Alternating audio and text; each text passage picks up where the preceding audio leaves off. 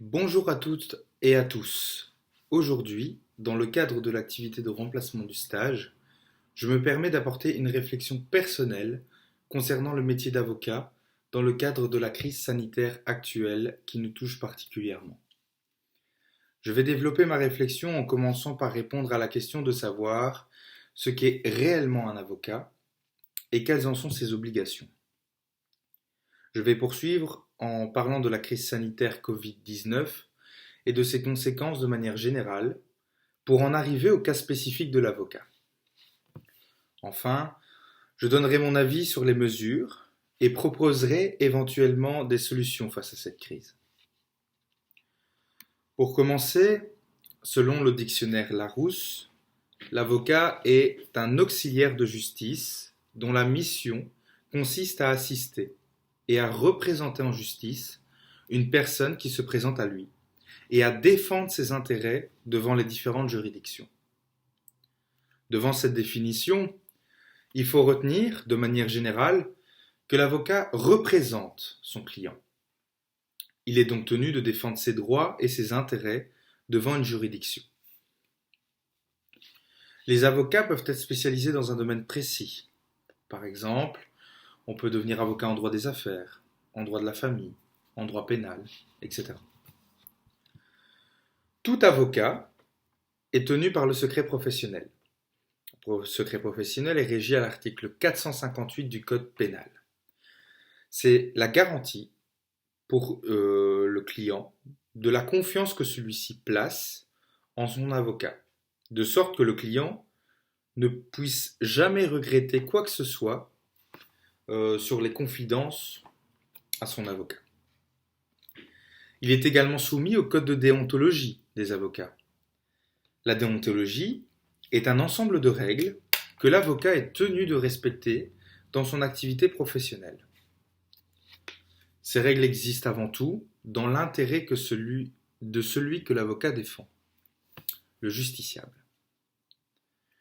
Après avoir fait le tour des caractéristiques de l'avocat, parlons un peu de l'actualité. Nous sommes dans une période de crise sans précédent, celle du Covid-19. Ce virus est arrivé de manière rapide. Depuis le 18 mars, en Belgique, nous sommes confinés chez nous et nous pouvons sortir que pour des déplacements jugés essentiels.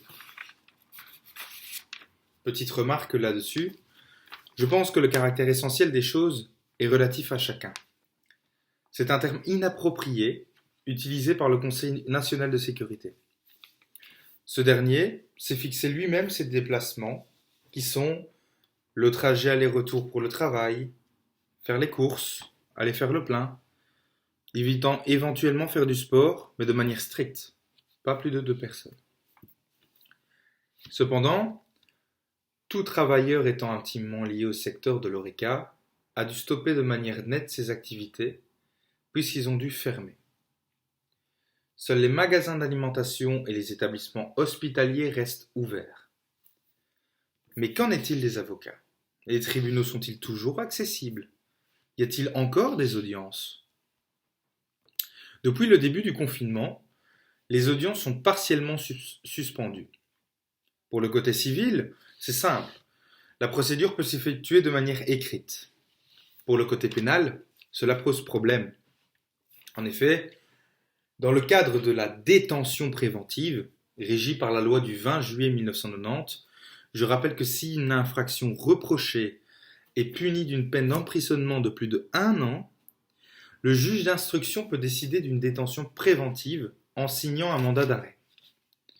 Les audiences restent maintenues dans le cadre de la détention préventive, afin notamment de respecter la présomption d'innocence. Présomption d'innocence, c'est le fait qu'une personne soit réputée innocente jusqu'à ce que sa culpabilité soit démontrée. Le problème, c'est que la Belgique possède déjà un nombre important d'arriérés judiciaires. La Belgique est en retard par rapport à sa justice. Le fait que la majorité des audiences soient suspendues va inévitablement agrandir cet arriéré. De plus, l'avocat doit se rendre au tribunal pour effectuer sa plaidoirie. Rien n'est prévu dans la loi pour que l'avocat par exemple, exerce sa plaidoirie à distance, en vidéoconférence.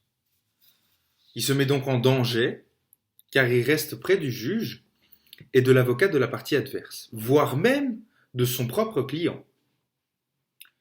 En parlant des clients, c'est une première en Belgique, le tribunal correctionnel de Malines travaille depuis le confinement grâce à un système de vidéoconférence.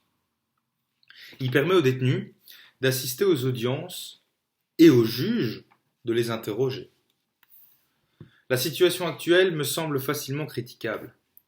Le détenu peut se permettre d'assister à son propre procès en vidéoconférence, mais pas son avocat. Il doit se rendre malgré tout au tribunal pour défendre son client. Je pense que l'avocat devrait prévoir, la loi devrait prévoir, dans le cadre d'une crise sanitaire ou d'une situation d'urgence, les audiences à distance pour tous. Le tribunal correctionnel de Malines l'a bien démontré qu'il était possible de faire de la vidéoconférence avec le détenu. Pourquoi pas avec ses avocats, voire même le juge?